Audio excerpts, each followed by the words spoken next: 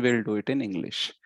Okay, Mukam karoti vachalam, pangum langayate girim, yat kripatam ham vande, Shri Gurum Deenatarinam, Paramananda Madhavam, Shri Chaitanya Ishwaram. हरे कृष्णा, आप सबका बहुत स्वागत है। आज के जपा सेशन में हम देखेंगे कि जो भी हमने कल शुरू किया था, तीसरा श्लोक जो है, राइट, तृणादपि सुनिचेन तरोरिव सहिष्णुना अमानिना मान देना कीर्तनीय सदा हरि। तो कल हमने देखा कि कैसे ह्यूमिलिटी यानी नम्रता हमें रखनी चाहिए। तो हमने अलग अलग विषयों में देखे कि कैसे अपने आप से रख सकते हैं, सर्विस के प्रति कैसे रख सकते हैं, कृष्ण के प्रति कैसे रख सकते हैं, ये हमने देखा।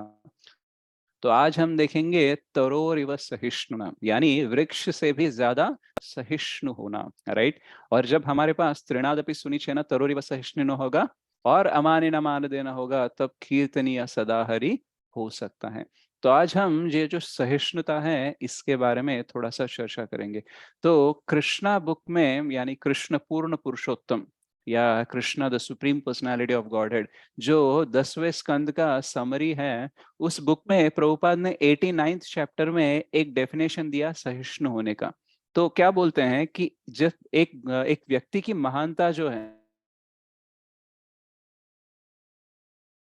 कि प्रोवोकिंग सिचुएशंस आ सकते हैं, यानी जो हमें उकसाएंगे, राइट, गुस्सा करने के लिए, हमारा कंट्रोल खोने के लिए बहुत सारी चीजें उकसाएंगी या बहुत सारी परिस्थितियां आएंगी जो हमें उकसाएंगी, राइट, हमें प्रेरणा देंगे कि देखो शांति रखने से कुछ नहीं है, हमें क्रोध दिखाना ही पड़ेगा, हमें मारना ही पड़ेगा, हमें अपनी मर्जी का करना ही पड़ेगा। ऐसे बहुत सारे उकसाने वाले सिचुएशंस आएंगे, तब भी हम प्रॉपरली काम एंड कंपोज्ड होकर उसको प्रॉपरली डील करेंगे, तो उसको बोलते हैं महानता, राइट। तो हम सबके जीवन में बहुत सारे ऐसे सिचुएशन, मतलब सुबह से लेकर शाम तक, हमारी आंखें खोलने से लेकर फिर से आंखें बंद करने तक कोई ना कोई द्वंद चलते ही रहता है। शीतोष्ण, सुख दुख, मान अपमान, कोई ना कोई चीज आकर हमें उकसाने लगती है ताकि हम अपनी सहिष्णुता को खो दे, राइट। लेकिन हमें क्या करना चाहिए? हमें सहिष्णु होना चाहिए। क्यों? क्योंकि एक्चुअल में देखा जाए तो हम कोई भौतिक चीज पाने के लिए भी सहिष्णु हो जाते हैं। में से बहुत सारे लोग अपनी बॉस की गाली सुनकर भी, राइट, अपनी सास की गाली खाकर भी और सहिष्णु होकर रहते हैं। क्यों? क्योंकि हमें फायदा दिखता है, राइट। तो जहां जहां हमें फायदा दिखता है भौतिक चीजों में ही, भौतिक चीजें पाने के लिए हम सहिष्णु हो सकते हैं। तो एक्चुअल में हमें कितना सहिष्णु रहना चाहिए अगर हमें कृष्ण को पाना है या फिर भगवत धाम को पाना है। तो इसका जो सबसे उच्च स्तर का एग्जाम्पल है सहिष्णुता का, वो है वृक्ष। क्यों? वृक्ष तो ऐसे व्यक्ति को भी छाया देता है जो उसे काटने आता है, राइट। हम देखते हैं कि जो व्यक्ति वृक्ष को काटते रहता है वो अपनी छाया वापस नहीं लेती है, राइट। तो वो तो एक्चुअली मित्र और शत्रु में कोई फर्क देखता ही नहीं वृक्ष, राइट। कोई अगर पानी डालने आता है तो उसे भी छाया देता है, कोई उसे काटने आता है तब भी छाया देता है, राइट। तो भक्ति में भी हमें ये समझना चाहिए कि कोई भी हमारा शत्रु नहीं हो सकता, हमें शत्रु पाल के नहीं रखने चाहिए, राइट। क्योंकि प्रहलाद महाराज बोलते हैं कि एक्चुअली कृष्ण कौन है? सुहृदम सर्वभूतानाम है, वो सबके मित्र हैं, यानी वो मेरे मित्र भी है। तो जो मेरे मित्र के मित्र है वो तो मुझे मित्र ही होने चाहिए ना, शत्रु कैसे हो सकते हैं, राइट। तो जब षंड और अमर को उन्हें सिखा रहे थे कि देखो तुम्हारे शत्रु के साथ ऐसा होना चाहिए, तुम्हारे मित्रों के साथ ऐसा होना चाहिए, तो वो बोलते थे कि क्या बात कर रहे हो आप, राइट। शत्रु और मित्र अलग अलग कैसे हो सकते हैं? सब मेरे मित्र ही हो सकते हैं, मैं कोई शत्रु रख ही नहीं सकता। जो परमात्मा का कोई शत्रु नहीं हो सकता और परमात्मा मेरे मित्र है, तो मेरा शत्रु कोई कैसे हो सकता है, राइट। तो हमें कोई शत्रुता नहीं रखनी चाहिए और कोई भी हमारा शत्रु रखना नहीं चाहिए। तो वृक्ष का कोई शत्रु नहीं होता है, राइट। वृक्ष वृक्ष के लिए सब एक जैसे ही हैं, वैसे ही हमारे लिए भी वैसे होने चाहिए। तो एक्चुअल में देखा जाए तो टॉलरेंस का और एक मतलब क्या आता है कि जो वास्तव में चीज है, राइट, उसके प्रति, मतलब वास्तविकता के विरुद्ध हमारा जो युद्ध हम करते रहते हैं उसको विराम देना, राइट। तो ये कैसे समझ सकते हैं? तो राइट, किसी बार अगर आपको एड्रेस पता नहीं है तो आप पूछ पूछ के या गूगल मैप फॉलो करके जाओगे, लेकिन कभी कभी हमारी परिस्थिति ऐसे हो जाती है कितना भी पूछो, कितना भी गूगल मैप फॉलो करो, हम सही एड्रेस पे कभी कभी पहुंच नहीं पाते। कभी कभी इतना गलत एड्रेस पे, गलत रास्ते पे चले जाते हैं, राइट। स्पेशली अगर ओआरआर पे देखा जाए, आउटर रिंग रोड पे, एक जगह पे अगर टर्न मिस हो गया आपका, तो किलोमीटर्स, बहुत सारे किलोमीटर्स घूम के आना पड़ता है। तो उस टाइम पे हम फ्रस्ट्रेट हो जाते हैं कि यार क्या है ये राइट। क्यों ऐसे मैंने गलत किया, क्यों उसकी बात सुनी, इसकी बात सुनी, एक्चुअल में मैंने आने का निर्णय ही क्यों लिया, नहीं बोल देता तो भी अच्छा हो जाता। तो ऐसे अलग अलग चीजें हमें उकसाते रहते हैं, क्रोध दिखाने के लिए अपने आप के ऊपर, या फिर किसी और को ब्लेम करो कि यार उसकी वजह से, इसकी वजह से ऐसा। तो वास्तविकता क्या है कि आप अपने मार्ग से भटक गए हो और आप अपने गम्य स्थान से बहुत दूर हो, ये वास्तविकता है। अब इसे एक्सेप्ट करके जल्दी से अगर आप सही मार्ग पर आ गए, तो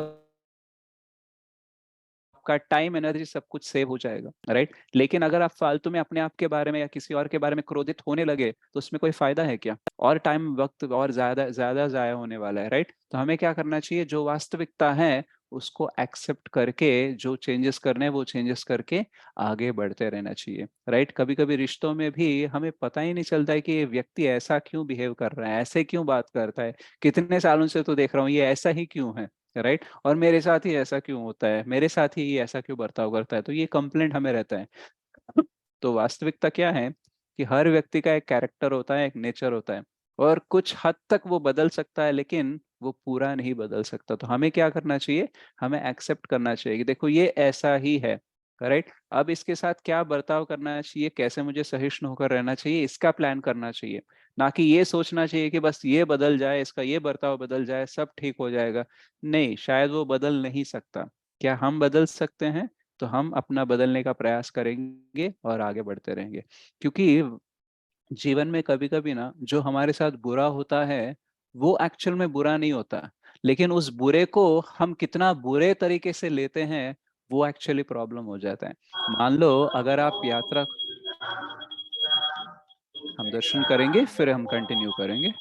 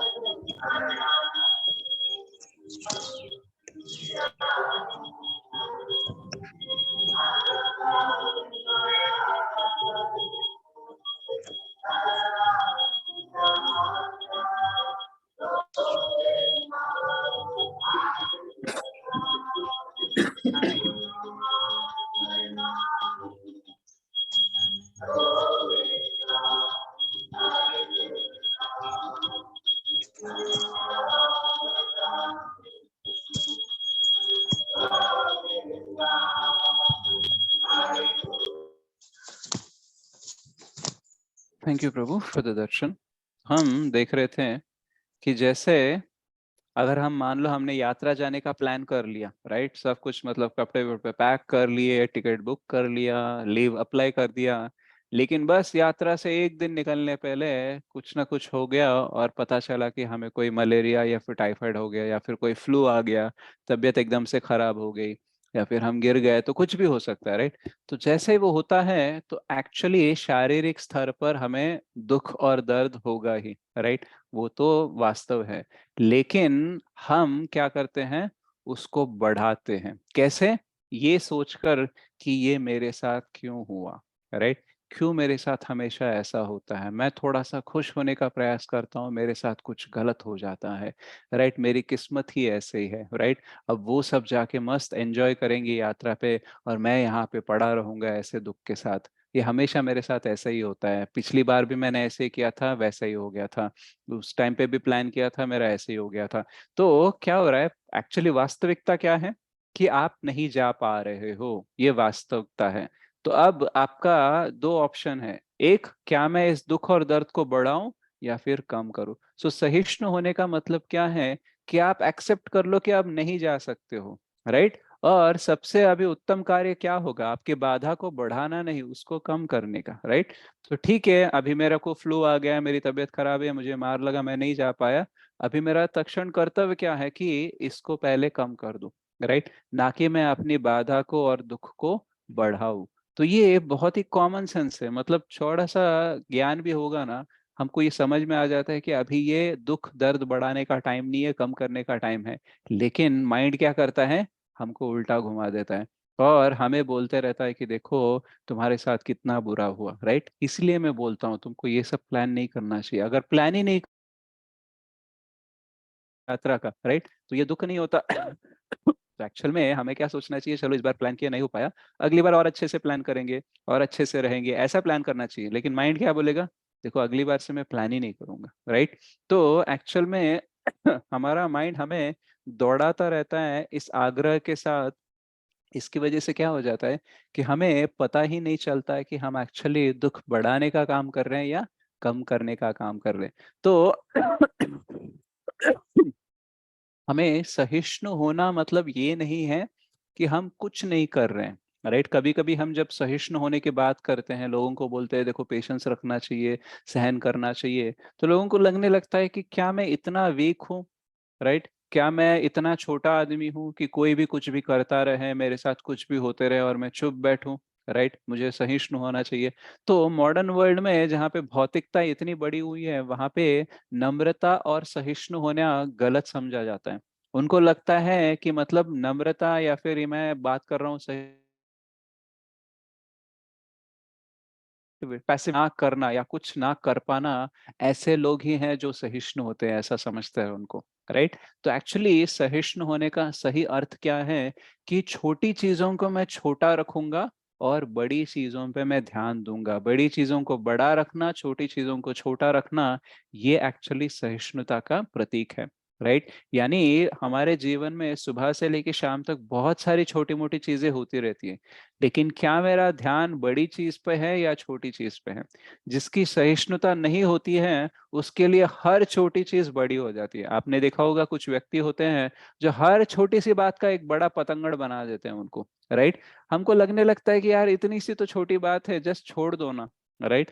तो उनके लिए क्या है, उनके जीवन में बड़ा कुछ होता नहीं है, राइट। इसलिए उनको हर छोटी चीज को बड़ा करके उसका बात का पतंगड़ बनाना, उनको उसी में मजा आने लगता है, राइट। तो सहिष्णु होने का मतलब है, देखो मेरे पास छोटे छोटे बातों के लिए ना टाइम नहीं है मेरे पास, राइट। बहुत सारी बड़ी चीजें हैं जो मुझे प्राप्त करनी है और उसके लिए मुझे बहुत टाइम और एनर्जी चाहिए, इसलिए मैं ये छोटी छोटी चीजों पे वेस्ट नहीं करूंगा, राइट। सो इसको हम और अच्छे तरीके से कैसे समझ सकते हैं, कृष्ण ने भगवत गीता में, भगवान ने अर्जुन को क्या बोला 2.14 में कि ताम स्थितिक्षस्व भारत मात्रा स्पर्शास्तु कौन्तेय शीतोष्ण सुख दुखदाह आगमापायिनो नित्यास्ताम स्थितिक्षस्व भारत। देखो सुख दुख मान अपमान और ये जैसे शीत और उष्ण है, ये सीजन्स की तरह आएंगे जाएंगे, राइट। तो इसका तुम कुछ नहीं कर सकते, इसको क्या करो, टॉलरेट करो, राइट। इसको तितिक्षस्व, इसको सहन करो, राइट। लेकिन वही भगवान 11.33 में, राइट, यानी 11वें चैप्टर के 33rd श्लोक में क्या बोलते हैं, तस्मात् त्वम उत्तिष्ठ यशो लभस्व जित्वा शत्रुन भुंक्ष्व राज्यम समृद्धम मयैवाते निहतः पूर्वम एव निमित्त मात्रम भव सव्यसाची। यानी उठाओ अपनी गांडीव को और युद्ध करो, अपने शत्रुओं का संहार करो और राज्य का भोग करो, राइट। तो एक जगह पे कृष्ण बोल रहे हैं कि सहिष्णु रहो और दूसरी जगह पे बोलता है कि सहन मत करो। तो एक्चुअल में क्या है, मतलब कहाँ पे सहन करे कहाँ पे ना करे, राइट। तो हमें ये बहुत पता चलना चाहिए कि कौन सी चीज को मैं, कौन सी चीज के प्रति मुझे सहिष्णु होना चाहिए और किसके प्रति मुझे विरुद्ध होकर युद्ध करना चाहिए। जैसे जब दुर्योधन ने भीम को विष पिलाया था, उस टाइम पे भी एक्चुअली युद्ध कर सकते थे दुर्योधन के प्रति, लेकिन युधिष्ठिर महाराज ने बोला नहीं, फैमिली मैटर है, आपस में ही रख लेते हैं, इसको बड़ा मत करो। तो वहां पे कौन थे, युधिष्ठिर महाराज सहिष्णु थे। तो नेक्स्ट टाइम पे भी जब लक्क गृह, राइट, तो यानी उसका जब जिंदा जलाने का प्लान किया था, राइट, उस टाइम कृष्ण की कृपा से वो सब लोग बच तो गए थे, राइट। तो उस टाइम पे भी चांस था सहिष्णु ना होकर उनके साथ युद्ध करने के लिए, लेकिन तब भी युधिष्ठिर महाराज सहिष्णु थे। उन्हें लगा कि चलो ये भी छोटा ही मैटर है। लेकिन जब लास्ट में शांति दूत बनकर कृष्ण गए युद्ध का कॉम्प्रोमाइज करने के लिए, फिर भी दुर्योधन ने क्या बोला कि युद्ध करना ही है, उन्हें मरना ही है, और मैं सुई के नोक जितनी जगह भी नहीं दूंगा, राइट। तो अब अधर्म इस लेवल पर चला गया था, राइट। अर्जुन को कृष्ण क्या बोल रहे हैं कि देखो हमने बहुत चांसेस दिए, हर बड़ी चीज को हमने छोटा रखने का प्रयास किया, लेकिन अभी ये टाइम नहीं है कि हम इसको सहन करें, तो हमें युद्ध करना होगा, और उनकी मृत्यु ही इसका परिष्कार है। ले अब जी, ये जो बड़ी चीज है क्या है, अधर्म के विरुद्ध में युद्ध करना बड़ी चीज है। लेकिन बड़ी चीज करते टाइम पे भी कुछ छोटी छोटी चीजें होंगी जिसके प्रति हमें सहिष्णु होना होगा, राइट। एक और एग्जाम्पल कैसे समझ सकते हैं कि मान लो अगर हमें ऑपरेशन करना है या फिर हमें कोई ट्रीटमेंट लेना है, राइट। तो हम किसे ना सहन करने की बात कर रहे हैं, हम रोग को ना सहने की बात कर रहे हैं। मतलब रोग के प्रति हम सहिष्णु नहीं होंगे, हमें कम करना ही है। लेकिन उस कम करने के प्रोसेस में हमें दवाई लेनी होगी जो मीठी नहीं होगी, राइट। तो बहुत कड़वी होगी, हमें इंजेक्शन लेना होगा जिससे हमें बाधा हो सकती है। शायद कुछ छोटी सर्जरी भी करनी पड़े जिसकी वजह से हमारा शरीर कांपना पड़ेगा, तो उसकी वजह से भी दुख होता है। तो उस सारे दुखों को, उस सारे दर्द को हमें क्या करना चाहिए, सहिष्णु बनकर हमें टॉलरेट करना चाहिए। क्यों? क्योंकि उसकी वजह से ही हमारा जो बड़ा युद्ध है उस रोग के प्रति, उसका हम सामना कर सकते हैं, राइट। तो जो बड़ी चीज है उसके प्रति ना सहन करना, इस प्रोसेस में हमें बहुत सारी छोटी छोटी चीजें होंगी जिसे सहन करना होगा, राइट। तो कोई व्यक्ति, कोई परिस्थिति हमारे लिए अनुकूल नहीं होगी, राइट। लेकिन हमें अगर कृष्ण चाहिए, हमें भक्ति में प्रगति करनी है, तो उस अनुकूल या फिर प्रतिकूल परिस्थिति को भी हमें क्या करना होगा, सहिष्णु बनकर सहना होगा। तो अब कौन सी चीज मेरे लिए बड़ी है, कौन सी चीज छोटी है, ये पता चलने के लिए हमें शास्त्रों का अध्ययन करना पड़ेगा। और छोटी चीजों को सहन कर कर बड़ी चीजों को पाने के लिए हमें कृष्ण का साथ चाहिए, राइट। इसलिए हमें चैंटिंग करना चाहिए और भक्तों के संग में आना चाहिए, राइट। प्रसाद खाना चाहिए, बाकी प्रजल्प में नहीं पड़ना चाहिए। तो बहुत सारे जो ABCD है, ये जब हम करते हैं तब हमें फर्क पता चलता है कि बड़ा क्या है, छोटा क्या है। और बड़े के लिए सहिष्णु होने की शक्ति मिलती है, सॉरी, बड़े को ना सहन करने की बुद्धि मिलती है, और छोटी चीजों को सहन करने की शक्ति मिलती है। तो ये एक प्रोसेस है, तभी जाके क्या होगा, हम आगे जाके अपनी चैंटिंग अच्छी कर पाएंगे, अपनी प्लानिंग अच्छी कर पाएंगे। अदरवाइज क्या हो जाएगा कि हमारा ध्यान सिर्फ प्राइस पे रहेगा, और हमारा ध्यान प्राइस से हट जाएगा। एक होता है PRICE, यानी कि इतनी कीमत चुकानी पड़ती है, मेरे को देखो पसंद नहीं है मेरे को, लेकिन फिर भी मेरे को सहिष्णु बन रहा है। बहुत सारी चीजें, बहुत सारे व्यक्ति हमें पसंद नहीं होते, राइट। फिर भी हमें सहिष्णु बनकर रहना पड़ता है, तब हमें कीमत बड़ी लगने लगती है। क्यों?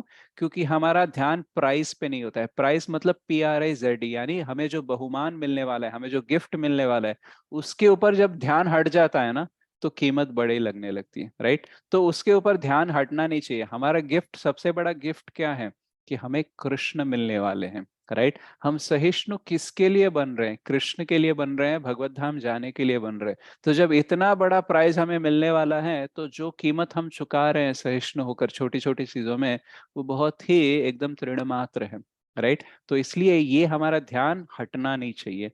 तब जाके क्या होगा, ये सारे छोटे छोटे चीजों को सहन करने के लिए बहुत सारी शक्ति मिल जाएगा और एक अर्थ मिल जाएगा, राइट। बहुत बार हमें ये सवाल आता है कि यार मैं सत्यव्रत होकर, एकदम नियम पूर्वक रहकर, सबके साथ अच्छा होकर क्या मिलने वाला है मुझे, राइट। बहुत बार जब हमारे साथ अन्याय होता है, लोग हमें ग्रांटेड ले लेते हैं, राइट। लोग हमें धोखा देते हैं, चीट करते हैं, हमें छोटा समझने लगते हैं। और हम देखते हैं कि जो अन्याय करता है, जो गलत रास्ते पर जाता है, वो भी सुखी हो जाता है, राइट। और हम दुखी के दुखी रह जाते हैं। तो हमें अपनी अच्छाई पे हमें कॉन्फिडेंस चला जाता है, हमें लगता है कि इतना अच्छा बन के क्या पा रहा हूँ मैं, राइट। सब कुछ तो खो रहा हूँ, देखो वो लोग कितना एंजॉय कर रहे हैं, गलत काम करके भी, झूठ बोल कर भी, कुछ भी करके वो खुश है, और मैं यहाँ पे दुखी का दुखी रह रहा हूँ। तो किसके लिए मैं ये सब पाल के रखूं, राइट। तो उस टाइम पे हमें अगर आंसर चाहिए, राइट, तो ये आंसर है कि हम सहिष्णु क्यों बन रहे हैं, हम सही मार्ग पर क्यों चल रहे हैं, हम नियम का पालन क्यों कर रहे हैं, क्योंकि हम अपने लिए कर रहे हैं। राइट, हम नहीं चाहते कि इस भौतिक जगत में और फंसे रहे, हम नहीं चाहते हैं कि कृष्ण से बहिर्मुख होकर और अपने जीवन को कंटिन्यू करें। वो जो अन्याय करके गलत नियमों पर जीकर सुखी हो रहे हैं, उनको शायद जरूरत नहीं है कृष्ण की, लेकिन मुझे जरूरत है कृष्ण की, मुझे भगवत धाम जाना है, इसलिए मैं ये सब करूंगा। राइट, सामने वाला आदर दे या ना दे, सामने वाले को मेरे सहिष्णु की कोई कीमत पता चले या ना पता चले, बट मुझे पता है ना कि मैं क्यों ये कीमत चुका रहा हूँ।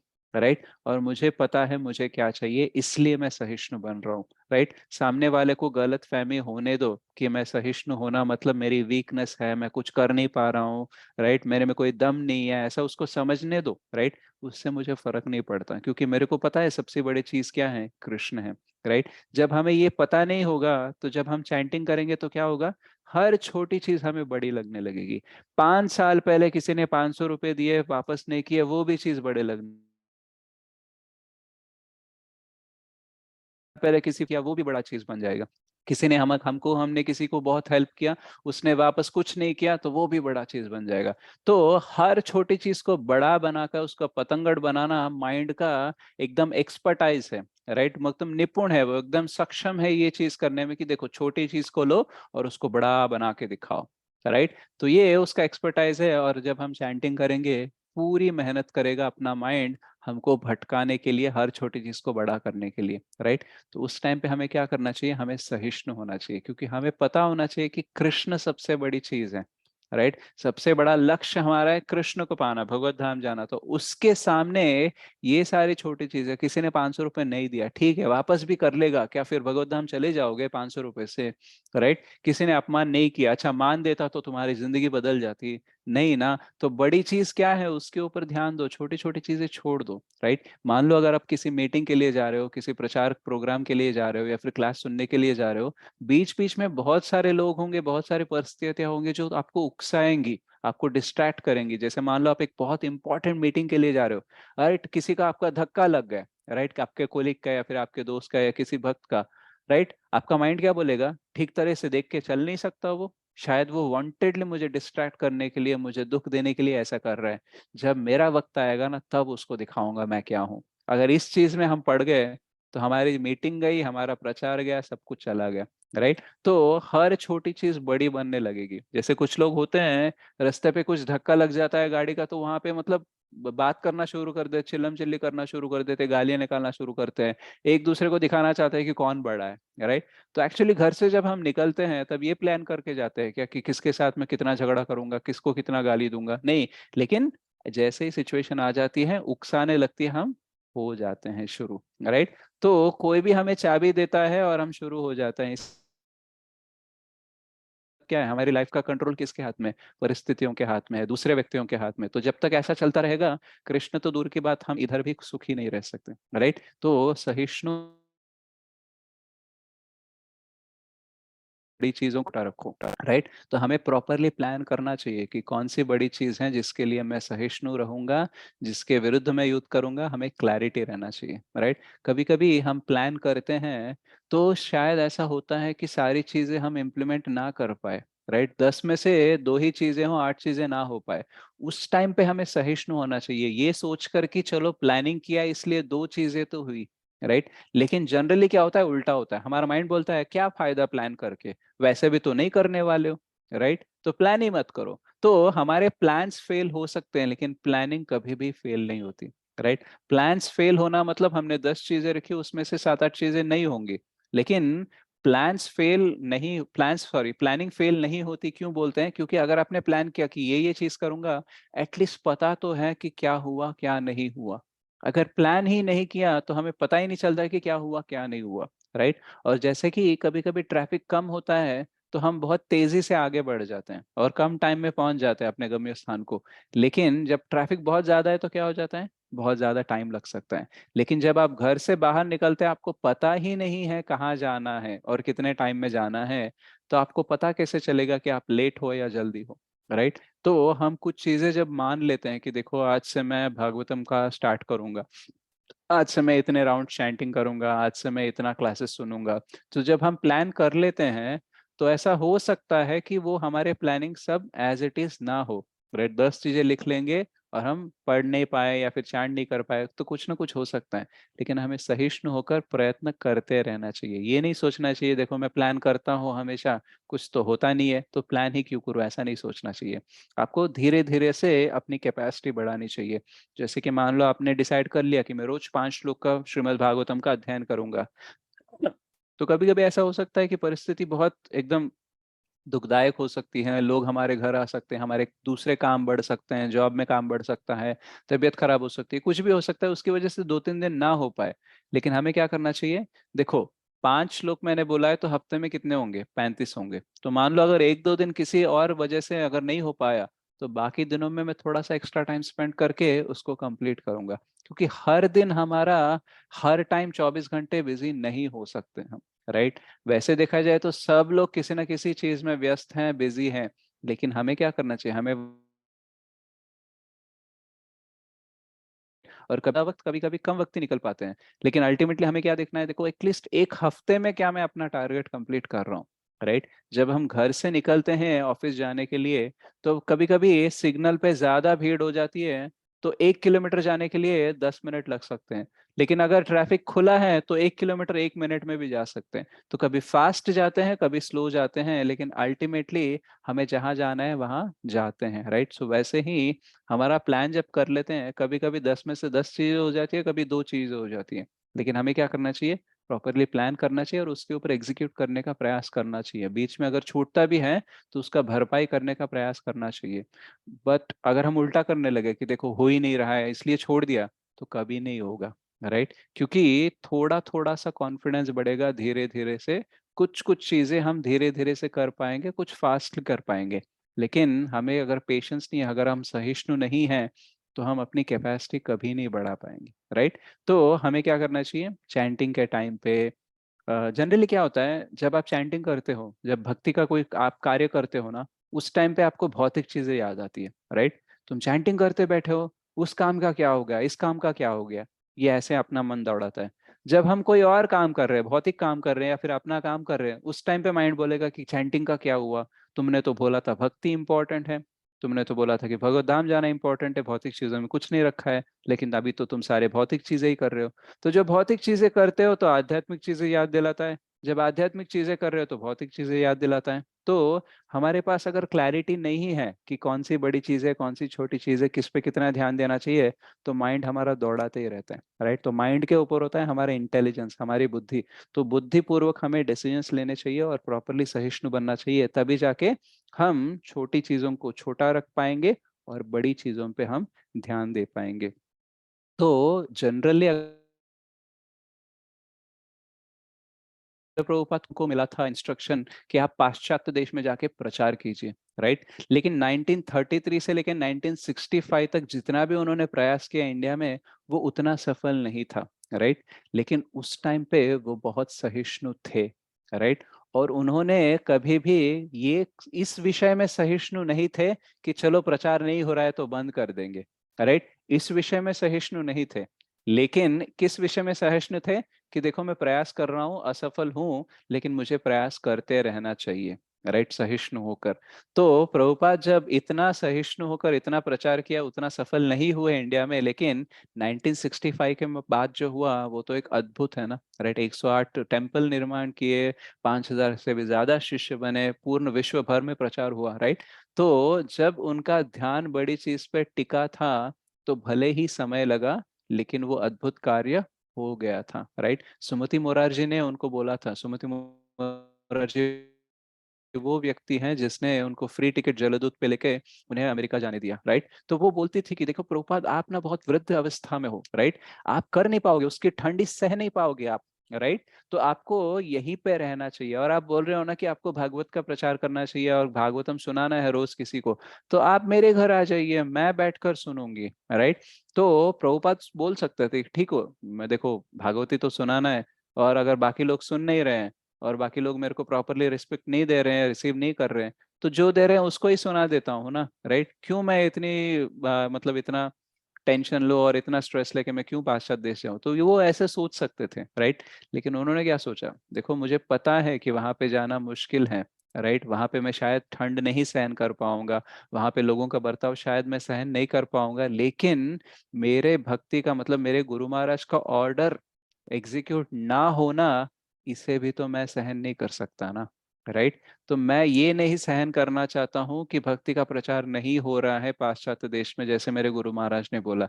तो इस विषय को मैं ना सहन करने के लिए मुझे बाकी छोटे छोटे चीजों को सहन करना ही पड़ेगा, राइट। तो मैं सहिष्णु नहीं हो सकता ये सोच कर कि चलो प्रचार नहीं भी होगा तो भी चलेगा। किसमें हो सके टाइम पे जो मुझे मुश्किलें आएगी उसके लिए मैं सहिष्णु हो सकता हूँ। तो फोकस हमेशा किस पे होना चाहिए, बड़ी चीज पे होना चाहिए। कुछ लोगों को लगता है कि सहिष्णु का अपोजिट वर्ड क्या है, कि सहिष्णु ना होना, हर चीज पे मतलब हर उकसाए हुए सिचुएशन पे एकदम फूट कर टूट कर पड़ना, उसको ऑपोजिट ऑफ सहिष्णु बोलते हैं। लेकिन ऑपोजिट ऑफ सहिष्णु वो नहीं है। ऑपोजिट ऑफ सहिष्णु ये है कि हम बस अपनी बाधा को बढ़ाते ही जा रहे हैं, राइट। और हम वास्तविकता को एक्सेप्ट ही नहीं कर रहे हैं। Resentment is the opposite word of tolerance, not aggressiveness, right. तो फाइनली जब हम श्रील प्रभुपाद का जीवन देखते हैं तो वो कितने सहिष्णु थे, तभी जाके इतने बड़े भक्त बन पाए और हम जैसे लोगों को भक्ति दे पा रहे हैं, राइट। तो हमें सहिष्णु होना चाहिए। और यहाँ पे एग्जाम्पल किसका दिया गया, वृक्ष का दिया गया। तो इस वृक्ष के बारे में एक कथा आती है कि महाराजा रंजीत सिंह थे जो पंजाब के राजा थे, राइट। तो वो एक दिन क्या हुआ, वो एक दिन एकदम अपने राज्य पर्यटन पे निकलने लगे, राइट। राजा निकलते हैं देखने के लिए कि क्या चल रहा है उनके राज्य में। तो उस टाइम पे क्या हुआ, एक पत्थर जोर से आया और उनके सर को लगा और खून बहने लगा, राइट। तो जैसे ऐसा हुआ तो उन्होंने अपने साथियों को बोला कि देखो ये किसने किया ऐसे, राइट, किसने मुझे पत्थर लेके मारा। तो फिर उनके मंत्री और उनके जो अनुचर थे वहां पे जाके पता किए, तो वहां पे पता चला उनको कि एक लड़का पत्थर फेंक के मार रहा था और वो पत्थर आके उनको लगा। तो बोले कि लेके आओ उस लड़के को। तो उसकी माँ देख रही थी कि वो उसके राजा के अनुचर उनको लेके जा रहे थे, तो माता को लगा कि अब तो मेरा बेटा गया, जिसने राजा के साथ पंगा लिया उसका क्या हो सकता है, राइट। तो वो राज दरबार में चला गया और उस जो बच्चा बालक था वहां पे, तो उसको पूछा राजा ने, क्यों बालक, क्यों तुमने मुझे पत्थर लेके मारा। तो बोला महाराज मुझसे गलती हो गई, लेकिन एक्चुअली ये मैंने वांटेडली नहीं किया। एक्चुअली मैं वहां पे आम का पेड़ था जिसके पीछे से आप आ रहे थे, तो मैंने आम गिराने के लिए पत्थर को लेके मारा था, लेकिन मेरा जो लक्ष्य है वो छूटकर गलत जाके आपको लग गया। तो एक्चुअली में मैं आपको मारना नहीं चाहता था, मैं एक्चुअली वृक्ष को मार रहा था ताकि मुझे फल मिले, राइट। तो इस वजह से मैंने मारा था और आपको जाके लग गया, बट मेरा कोई उद्देश्य नहीं है आपको मारने का। तो राजा ने एक सेकंड सोचा और उसने बोला, मंत्री एक मतलब बड़ा सा टोकरी भर मैंगोस यानी आम इस बच्चे को दे दो, राइट। तो सब परेशान हो गए कि उन सबको लगा कि राजा इनको दंड देंगे, राइट, क्योंकि खून बह रहा है, इतना मारा उसने, तो इसको दंड देंगे। लेकिन दंड के बजाय एक टोकरी भर आम इसको दे रहे हैं, तो ये कैसे हो गया। तो फिर राजा ने देखा कि सब ऐसे सोच में पड़ गए, तो उसने आंसर दिया कि देखो ये बालक ने वृक्ष को मारने का प्रयास किया था, राइट। और वृक्ष को मारता ठीक तरीके से तो वृक्ष इसको वापसी में क्या देता, इसको फल देता, राइट। तो जब एक वृक्ष मार खाकर एक आम दे सकता है, तो क्या मैं उस वृक्ष से हीन हूं जो मैं इसको दंड दूंगा। मैं दंड नहीं दूंगा, मैं इसको एक टोकरी पर आम दूंगा, यानी वो वृक्ष जितना दे सकता है उससे मैं ज्यादा दूंगा, राइट। तो यहाँ पे हमें क्या समझना चाहिए कि एक्चुअली वृक्ष इतना टॉलरेंट, इतना सहिष्णु होता है कि वो वापसी में अच्छा ही देता है, राइट। केवल फल के लिए पत्थर मारने वाले कोई नहीं, खुद को काटने के लिए भी कोई आता है तो वो ना नहीं बोलता, और उसको भी वो छाया देता है, उसको भी वो फल देता है। तो वैसे ही हमारे साथ में पलट का प्रयास करना चाहिए, राइट। अब अगर कभी कभी परिस्थिति ऐसी हो सकती है कि सामने वाले को हम कुछ अच्छा नहीं कर सकते हैं और उल्टा जितना अच्छा करने लगे उतना बुरा होने लगे, और हमारे पास उतनी कैपेसिटी नहीं है, तो हम दूर रह सकते हैं। लेकिन उसके लिए बुरा सोचना या उसके साथ बुरा करना, इसलिए उसने हमारे साथ बुरा किया हम उसके दूसरों के साथ बुरा करेंगे, ऐसे वाला तो हम करना अवॉइड कर सकते हैं, राइट। बहुत बार हमें लगने लगता है कि एक्चुअली जब सामने वाला व्यक्ति हमारे साथ बुरा कर रहा है तो मैं उसके साथ अच्छा क्यों रहूं, राइट। लेकिन श्रील भक्ति सिद्धांत सरस्वती ने ठाकुर ने क्या बोला था उनके एक कोट में कि मेरे वर्स्ट टू वर्स्ट एनिमीज जो है, मतलब सबसे बुरे मेरे शत्रु हैं, उनके लिए भी मैं अत्युत्तम अच्छा जो है उनके लिए उसकी अपेक्षा करूंगा, उसके लिए प्रार्थना करूंगा। तो सबसे अत्युत्तम चीज क्या है? हमें किसी को कृष्ण चैतन्य, कृष्ण भावनामृत देना। तो भले ही कोई व्यक्ति हमारे साथ बुरा हो, लेकिन हमें क्या सोचना चाहिए, हमें कैसी प्रार्थना करनी चाहिए कि देखो उसको ना कृष्ण भावनामृत मिल जाए, वो कृष्ण भावना भावित हो जाए। क्यों? आज वो मेरे साथ बुरा क्यों कर रहा है, बुरा बर्ताव क्यों कर रहा है? क्योंकि उसके पास कृष्ण नहीं है, उसके पास कृष्ण भावनामृत नहीं है। राइट। अगर वो होता तो शायद वो भी एक अच्छे वैष्णव की तरह बर्ताव करता। राइट। तो ये भावना जब हम रखेंगे तो क्या हो जाएगा, हमारे अंदर जो डिस्टरबेंस चल रहा है, हमारे अंदर जो द्वेष और राग और ये जो क्रोध चल रहा है ना, वो एक्चुअली ठंडा हो जाएगा और हम कृष्ण के ऊपर ध्यान रख पाएंगे। तो ये सारी चीजें, सहिष्णु बनना मतलब सत्व सात्विक गुण है। और ये गुण हमें क्यों मेंटेन करना है? क्योंकि हमें कृष्ण को सर्विस देनी है। राइट। मैं अगर उसके बारे में सोचता रहूंगा, उससे झगड़ा लड़ाई करते रहूंगा, तो मेरे पास कृष्ण के लिए टाइम कहाँ बचेगा? राइट। मैं अगर हर छोटी चीज में अपना मन लगा दूंगा, तो फिर मेरा मन कृष्ण के ऊपर कैसे बैठेगा?